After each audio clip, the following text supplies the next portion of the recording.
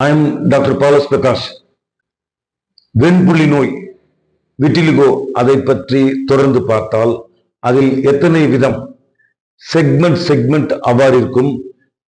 Segmental type, முழு உடம்பும் பரவி இருக்கும் ஜெனரலைஸ்டு டைப், ரெண்டும் கலந்த கலவை 3 விதங்கள் இருக்கும். அதன் பின்னால் விட்டிலிகோ மாதிரி வெண்புள்ளி நோய் மாதிரி தெரியும் மற்ற நோய்கள், அதாவது தேமல் டீனியா வெர்சிகோலார், பிட்டரியாசிஸ் ஆல்பா, சிலருக்கு ஃபீனால், சில பெயிண்ட் கெமிக்கல்ஸ், அதில் வேலை பார்ப்பவர்களுக்கு வரும் அந்த கெமிக்கல் இன்ஃபெக்ஷன், அதனால் வரும் கெமிக்கல் லிகோடெர்மா.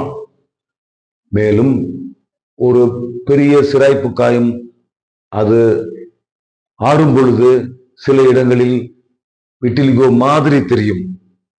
தொடர்ந்து ஒரு விட்டிலிகோ நோய் அதை எவ்வாறு சோதனை செய்வது?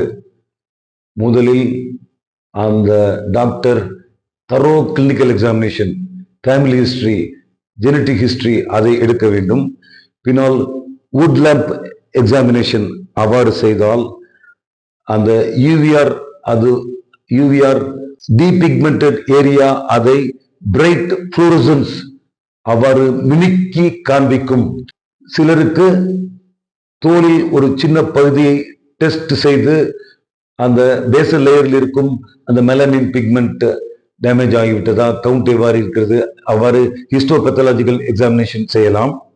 சிலருக்கு ஆட்டோஇம்யூன் டிசீஸ் கூடவே ஹேஷிமோட்டோஸ் தைராய்டைட்டிஸ், ரொமேட்டட் ஆர்த்ரைட்டிஸ், அந்த ஆட்டோஇம்யூன் டிசார்டர் சம்பந்தப்பட்ட சில டெஸ்டுகள், தைராய்டு நோய்க்காக சில சோதனைகள், anti TG, anti TPO, and for rheumatic arthritis so many டெஸ்டுகள் அதற்கு செய்ய வேண்டும்.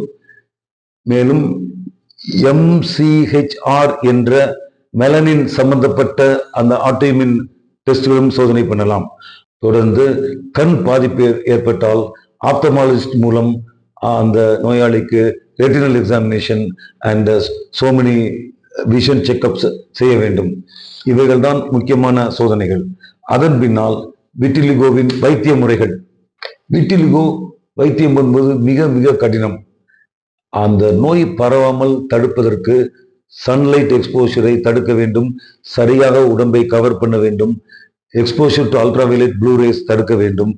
பின்னால் டாபிக்கல் ஸ்டீராய்ட்ஸ் பல இருக்கின்றன, அதை மருத்துவரின் ஆலோசனைப்படி உபயோகிக்க வேண்டும். தென் டாபிக்கல் கால்சினியூரின் இன்ஹிபிட்டார்ஸ், அது சிலருக்கு இம்யூன் சிஸ்டம் சப்ரஷன், அதன் மூலம் இந்த நோய் மேலும் பரவாமல் தடுக்கலாம். அதன் பின்னால் புவா தெரப்பி, சொரலான் பிளஸ் அல்ட்ராவயலட் அவ்வாறு செய்தால் நல்ல இம்ப்ரூவ்மெண்ட் கிடைக்கும். ஆனால் தொடர்ந்து மனம் தளராமல் அந்த நோயாளி மருத்துவர் பின்னால் செல்ல வேண்டும். அதற்கு பின்னால் நேரோ பீம் அல்ட்ராவயலட் தெரப்பியும் நன்றாக வேலை செய்கிறது.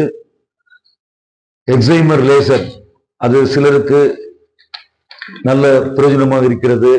கடைசியாக skin grafting, limited areas skin grafting, சிலருக்கு பிளிஸ்டர் ஸ்கின் கிராஃப்டிங் அவ்வாறு செய்யலாம். சிலருக்கு ஃபேஷியல் ரைனோபிளாஸ்டி அவ்வாறு செய்யலாம். Every case is different. And after care for vitiligo, அவர்களுக்கு தொடர்ந்து சைடு எஃபெக்ட்ஸ் வராத மருந்துகள் கொடுக்க வேண்டும், கவுன்சிலிங் செய்ய வேண்டும்.